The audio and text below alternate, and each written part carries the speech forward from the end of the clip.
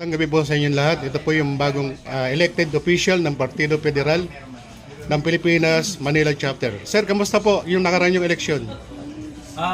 Maganda naman ang kinalabasan ng aming ginawang eleksyon. At ang eleksyon naman ito base dun sa konstitusyon ng bylaws ng Partido Federal ng Pilipinas.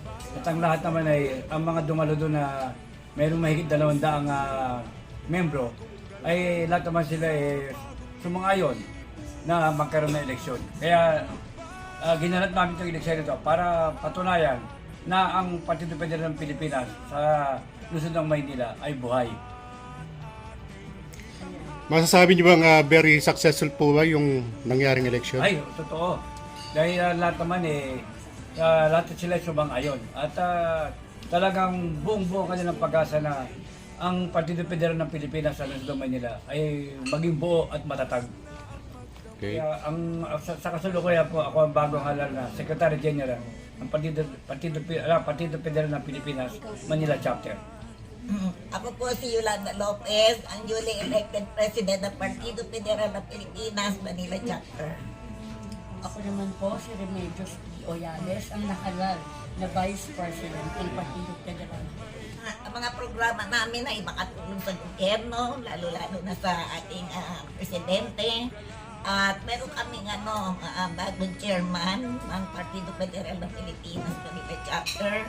Ang ini-endorso namin dito, maging mayor ng Manila, ay si Mara Tamundong.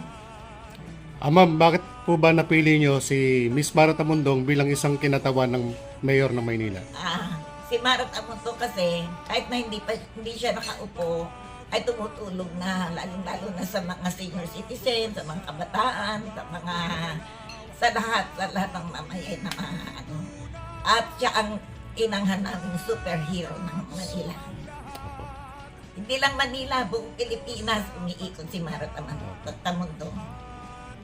Before anything else, I would like to congratulate all the members of Partido Federal ng Pilipinas as well as the newly elected officers. Being the newly elected officers, I'd like to inform everyone that the election was held in accordance with the Constitution and bylaws of Partido Federal ng Pilipinas. At isang naging matagumpay po ang eleksyon na ginawa po namin. Unang-una, yan ay dinulahan ng napakarami, more than 200 po ang dumalo dyan upang maghalal ng panibagong set of officers ng Partido Federal ng Pilipinas. At sa aming pong pag-uusap, kami po ay nagkasundo. Lahat po ng opisyales and even all the members that were present during the election, iisa lamang po ang sigaw po namin lahat. At alam ko naman po, ang the forthcoming election is fast approaching. So, ang purpose po namin sa pagbuong muli ng isang Partido Federal ng Pilipinas ng Manila Chapter, meron po kaming i-endorso na sa katauhan ni Super Mara Tamundong. Unang-una, bakit po? Sapagkat lahat po ng katangian para maging isang chairman ng Partido Federal ng Pilipinas ay nasa kanya po. Makabayan, unang-una po, makadiyos, makabayan, makatao, makalikasan. At yan po ay isa sa mga alintuntunin ng Partido Federal ng Pilipinas. Ang katangian pong lahat ng yan ay nasa po na kay Mara Tamundong. Before pa po, sa pagkakakilala po namin sa kanya, noon pa pong pag-create ng Partido ng Manila Chapter, ay from the start na siya po ay kumandidato nung last election, kasama po ang ibang mga last 2022 election. Si Super Mara Tamundong ay hindi na po huminto upang ipagpatuloy ang serbisyo, dala po ang partido ng ng ating Pangulong Ferdinand Marcos Jr. Ang sabi nga po, meron po tayo ngayon na vision mission ng ating Pangulong Ferdinand Marcos, ang bagong Pilipinas. Kami po ay nagkakaisa. Ngayon po, kailangan po natin ng isang taong magbabago sa lungsod ng Maynila.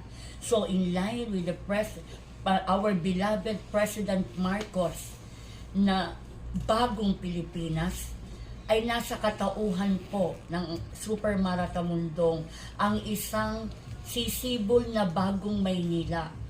Bagong, hindi pa man po dumarating. This coming 2025 election, we would like to endorse no other than Super Maratamundong.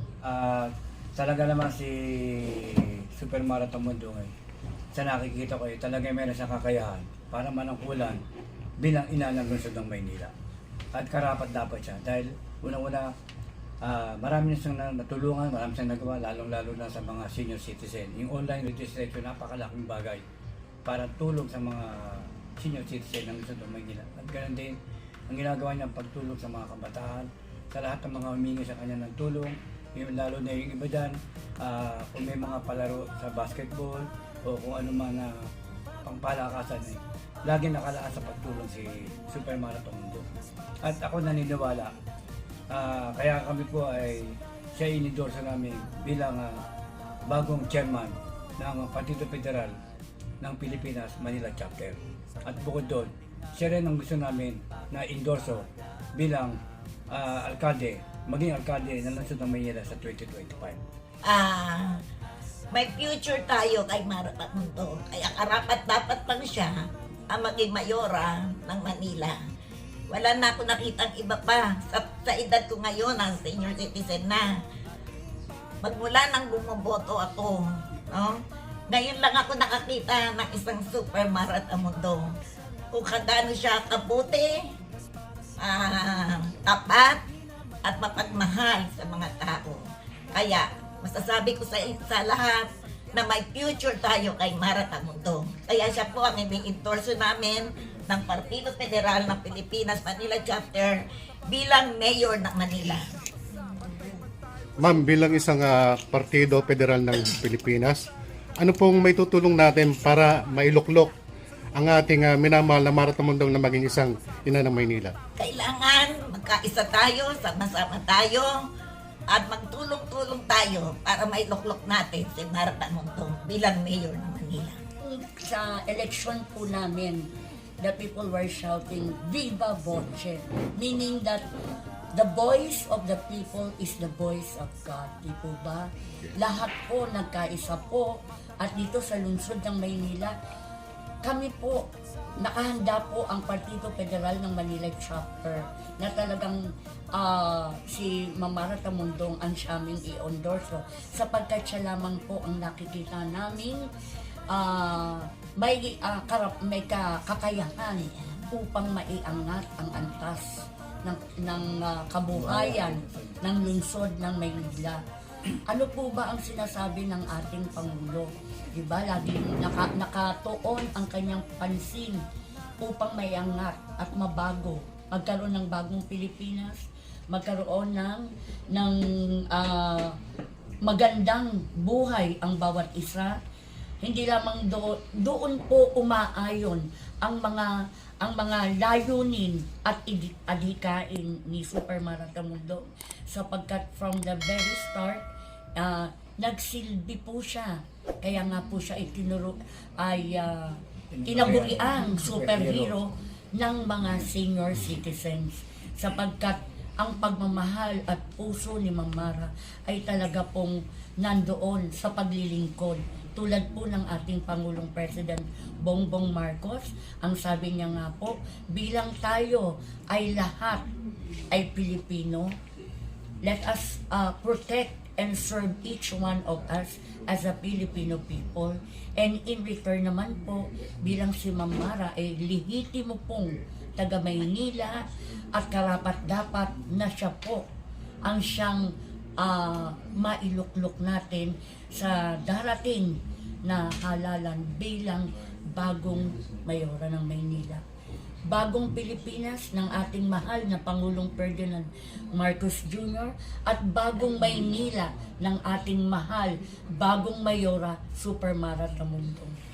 Let it be known to everyone that before the 2022 election and after that, the 22 election and until now, si Supermara Tamundong ang siyang nagdadala at nakikipaglaban sa lahat po ng mga programa ng ating mahal na Pangulong Bongbong Marcos, at sa katunayan ang mga senior citizen ay sa kanya din po ay ang pag-aalaga niya sa senior citizen right after election of 2022 and until now ay lahat ng iyan, hindi lamang senior citizen, lahat ng mga programa ng ating Pangulong Bongbong Marcos ay dala-dala niyo po. At kasalukuyan patuloy pa po ang kanyang paglilingkod sa atin, lalong-lalo na po sa lungsod ng Maynila.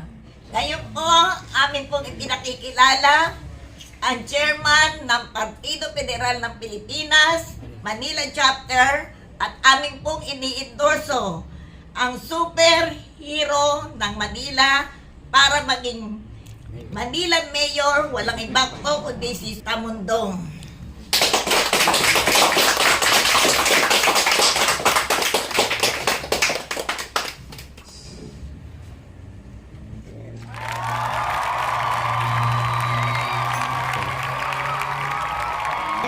Kayo po ang bagong chairman ng Partido Federal Manila Chapter at kayo rin po ang napili nila bilang pambato na alkalde ng Maynila sa 2025 election. Ano po reaction niyo po, ma'am?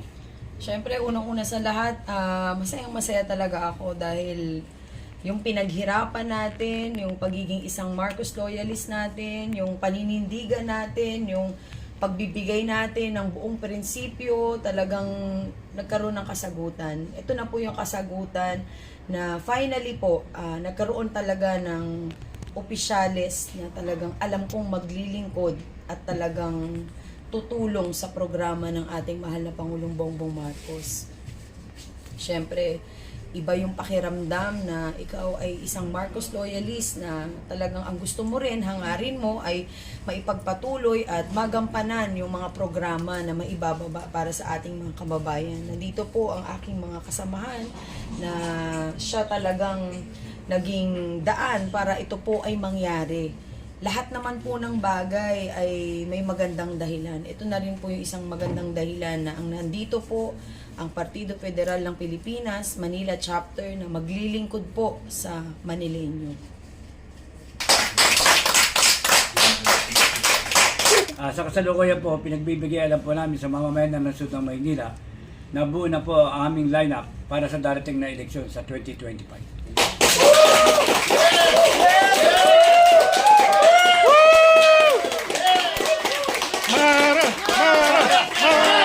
Mara! Mara! Mara! Mara! Mabuhay ang Partido Federal ng Pilipinas! Siyempre, masayang-masaya ako. Yung kaligayahan ko, kaligayahan ng isang Manileño na napansin din, finally, nabigyan din tayo ng atensyon na talagang kailangan natin mabuo. Kailangan magkaroon tayo ng isang paninindigan, talagang kilalanin din natin ang mahal na Pangulong Bongbong Marcos para sa pagtulong na ginagawa niya para sa atin. At syempre, nagpapasalamat ako sa Partido Federal ng Pilipinas, Manila Chapter dahil sa pagkilala po sa akin. Actually, unang araw po na naging Partido Federal ng Pilipinas na ako po ay isang original member, ay talagang binigay ko na po yung buong aking loyalty, yung aking pagkatao, yung buong serbisyo na kahit hindi po nila ako sabihan ay talagang gagampanan ko ang pagiging isang Partido Federal ng Pilipinas dito sa Manila. Ito po ay isang pagkilala na rin sa ginawa ng ating mahal na Pangulong Bongbong Marcos para sa Pilipinas, na pinagkaisa niya po ang lahat para mabuo at magkaroon talaga ng tunay na programa para sa taong bayan. Ito rin po yung ating hangarin para sa Maynila, na mabuo po ang Manileño para sa pagtutulungan at pagkakaisa at pagmamalasakit sa bawat isa. Dahil ito rin po ang magandang paraan para magampanan talaga natin ang ating posisyon, at hindi lamang yon kundi yung pagtulong talaga maibigay natin ng buong buo. Kaya maraming salamat sa ating Presidente, Vice President, sa SECGEN at sa iba pang mga opisyalis po na naluklok po at dumaan talaga sa tamang proseso po na alam natin na mayroong pagmamahal ang bawat isa sa kanila, kaya tayo po ay narito.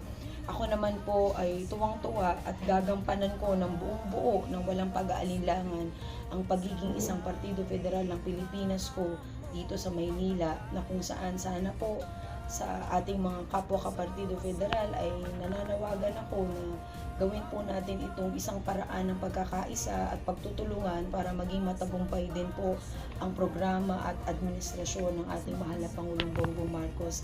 Para sa Manileño, huwag po kayo mag-alala, ito po ay hindi paglaban sa ibang grupo, kung hindi, ito po ay isang daan para tayo ay magkaisa talaga, dahil lugmok na po sa kahirapan at sa problema ang Maynila. Siguro ito na yung paraan ng ating Panginoong Diyos na ibinigay niya sa atin para magampanan natin yung pagiging isang tunay na tao at pagiging isang tunay na Pilipino. Kaya sana po, para sa aking mga kasamahan dito, wag po tayo mawala ng pag-asa, dahil ito po yung binigay sa atin. Kailangan mahalin natin, yakapin para sa Maynila, maibangon po natin ang lahat. Kaya maraming salamat.